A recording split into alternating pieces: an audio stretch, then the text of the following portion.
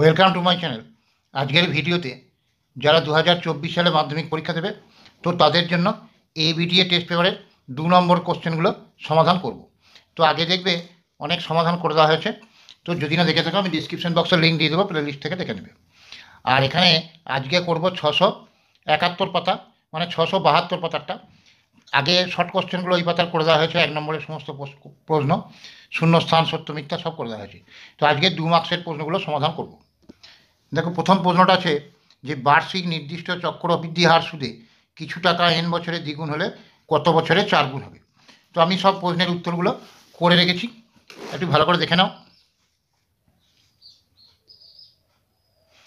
দেখো, আসল যদি পি টাকা হয় তাহলে পি ইন্টু 1+r/100 এটা সমূল চক্রবৃদ্ধি। এটা হবে কত বলেছে, যে দ্বিগুণ হবে। তাহলে পি ছিল আসল, দ্বিগুণ হবে মানে 2p। তাহলে এখানে পি কেটে গেল, তাহলে 1+r/100 সমান 2। এবার আমি উভয় পক্ষের হোল স্কোয়ার করে দিলাম, তাহলে এটারও হোল স্কোয়ার করে দিলাম, এটারও হোল স্কোয়ার করে দিলাম, তাহলে 2 স্কোয়ার 4।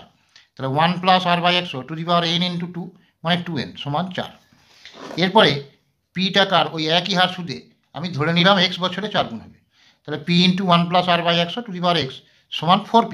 পি ছিল 4 গুণ হলে 4p, তাহলে পি কেটে গেল, তাহলে 1+r/100 সমান 4। তাহলে এই সমীকরণটা দেখো ডান দিকে আছে 4, এই সমীকরণও ডান দিকে আছে 4।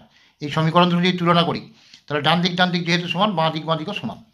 তাহলে এখানে 1+r/100 এটা 1+r/100 তাহলে দেখো বেস দুটো একই আছে, তাহলে পাওয়ারগুলো সমান, তাহলে x সমান 2n, তাহলে 2n বছরে। এর পরের প্রশ্নটা বলেছে দেখো যে একটি অংশীদারি ব্যবসায় এ বি ও সি এর মূলধনের অনুপাত 3:8:5। এ এর লভ্যাংশ সি এর লভ্যাংশ থেকে 60 টাকা কম হলে ব্যবসায় মোট লভ্যাংশ কত। তাহলে মূলধনের অনুপাত বলে দিয়েছে 3:8:5।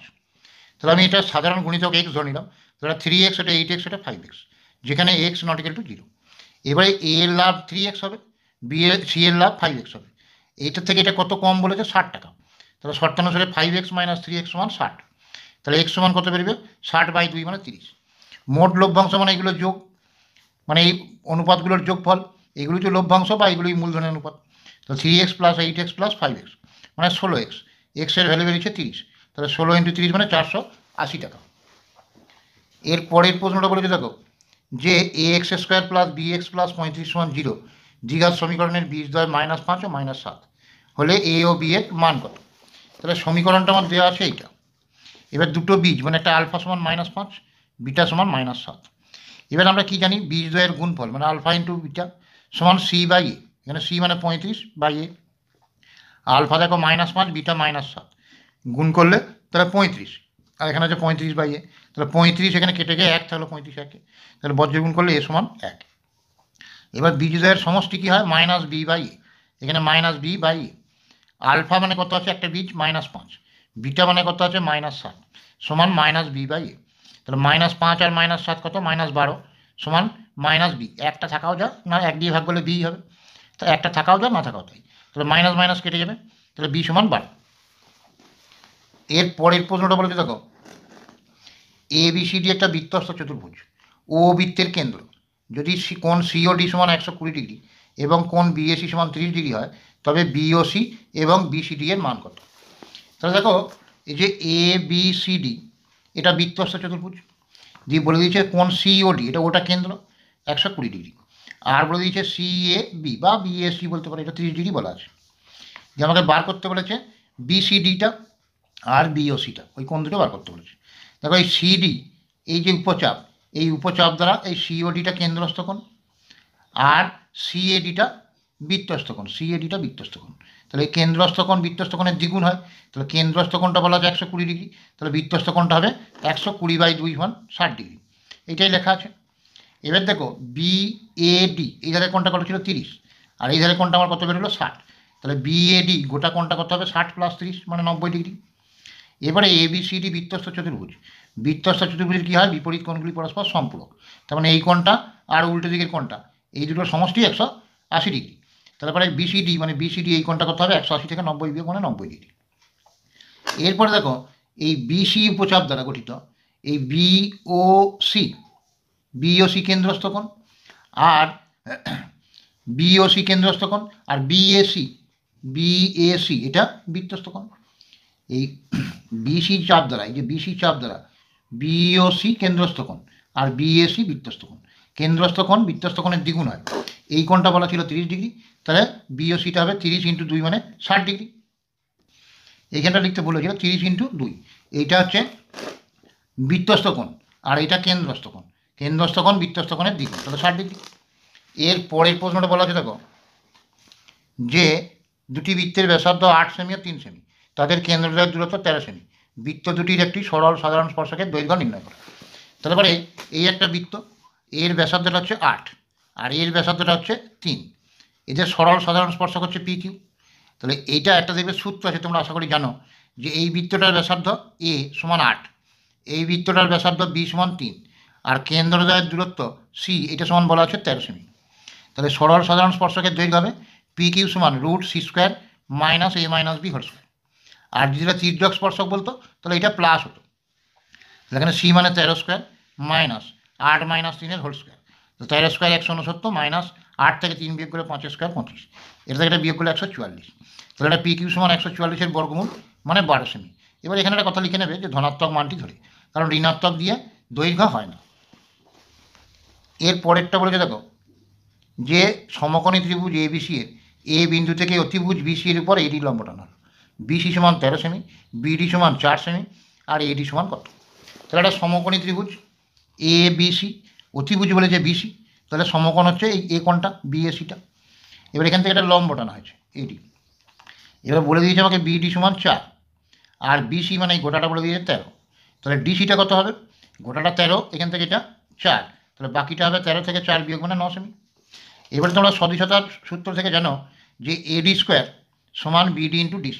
এটা সমকোণী ত্রিভুজ, সমকোণী ত্রিভুজের সমকোণিক বিন্দু থেকে লম্ব অঙ্কন করলে এই সূত্রগুলো দেখবে 3টে সূত্র আছে, যে AD² সমান BD × DC, আর একটা আছে AB² সমান BD × BC, আর একটা AC² সমান CD × BC। তাহলে এখানে AD² সমান BD × DC, বিডিটা কত 4 আর ডিসিটা বার করেছি 9, তার 4 9 36, তাহলে AD² সমান 36, এডি সমান √36 মানে 6 সেমি। এখানে লিখবে ধনাত্মক মানটি ধরে। এর পরেরটা বলে দেখো, যে থিটা অপনয়ন করো, x সমান a cos θ plus b sin θ, y সমান a sin θ minus b cos θ। Theta অপনয়ন করো মানে থিটা বর্জিত সম্পর্কটা লিখতে হবে। তাহলে x সমান দেওয়া ছিল এইটা, y সমান দেওয়া ছিল এইটা, এবং উভয় পক্ষের হোল স্কোয়ার করে দিলাম। তো এখানে x² এটার হোল স্কোয়ার, এটা y² সমান এটার হোল স্কোয়ার। এবার এই বাম পক্ষ দুটো যদি যোগ করি তাহলে x² + y², তাহলে ডান পক্ষ দুটো যোগ হবে। এইটাকে যদি a মনে করি, এটাকে যদি b মনে করি, তাহলে a + b হোল স্কোয়ারের সূত্র a² + 2ab + b² প্লাস এখানে a - b হোল স্কোয়ারের সূত্র, তাহলে a² - 2ab + b²।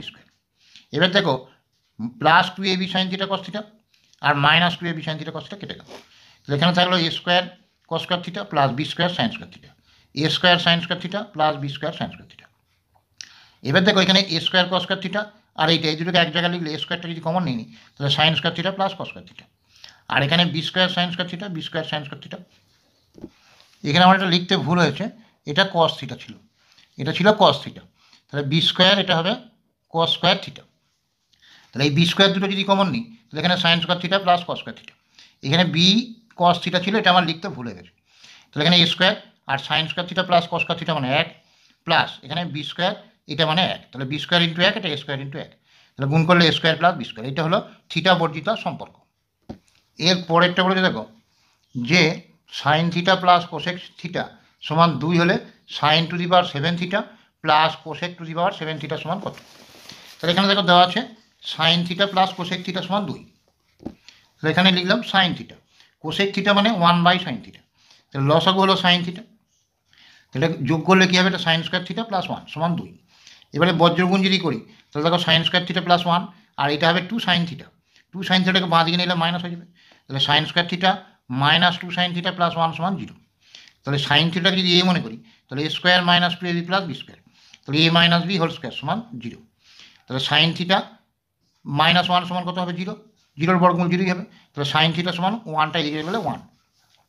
এবার আমাকে বার করতে বলেছে sin to the power 7 θ plus cosec to the power 7 θ, তাহলে সাইনের ভ্যালু বেরিয়েছে 1 two the power 7 R cosec মান হচ্ছে 1/sin, সাইনের মান হচ্ছে 1, তাহলে 1 টু দি পাওয়ার 7, তাহলে 1-এর পাওয়ার যাই থাক না কেন গুণ উত্তর হবে 1, একের স্কোয়ার করলেও 1, একের কিউব করলেও 1, এটাও ঠিক তাই। তাহলে এখানে 1, এখানে 1কে ভাগ করলে 1, আর এখানে 1, আর একে যোগ করে 2। এরপরে বলেছে যে একটি লম্ববৃত্তাকার শঙ্কুর আয়তন ও পার্শ্বতলের ক্ষেত্রফলের সাংখ্যমান সমান। শঙ্কুর উচ্চতা ব্যাসার্ধ এইচ ও আর হলে 1/h² প্লাস 1/r² মান কত? তাহলে শঙ্কুর আয়তন হচ্ছে 1/3 পাই আর স্কোয়ার, এই সূত্র তোমরা জানো। আর পার্শ্বতলের ক্ষেত্রফল পাই আর এল। তাহলে এখানে পাই কেটে গেল, এখানে r² কেটে 8 থাকলো। তাহলে 1/3 RH, আর এখানে থাকলো এল। এবার উভয় পক্ষে যদি আমি হোল স্কোয়ার করে দিই, তাহলে 1/3 স্কোয়ার 1 9, r² h², আর এটা l²। l² সমান আমরা কী জানি শঙ্কুর ক্ষেত্রে h² প্লাস r²। এবার থেকে এখানে 1 9টা রাখলাম, এর সঙ্গে এটা গুণ আকারে ছিল, তাহলে এইটাকে ভাগ করলে নিচে চলে আসবে। তাহলে h² plus r² divided by r² h²। তাহলে এটা হলো 1 9। এবার এই রাশিটাকে এটা দিয়ে ভাগ মানে বিচ্ছিন্ন পদ্ধতিতে ভাগ করবো, h² ডিভাইডেড বাই এটা একবার প্লাস 1r² ডিভাইডেড বাই এটা। এখানে থাকে h² কেটে গেল মানে 1, এখানে r² কেটে গেল মানে 1। তো এখানে থাকলো 1/r², 1/h² সমান এখানে 1 9, 1/9, এটাই অ্যান্সার। এর পরেরটা বলেছে দেখো যে একটা ঘনকের বাহু 6 সেমি, ওই ঘনক থেকে সর্ববৃহৎ যে গোলক পাওয়া যাবে তার আয়তন কত?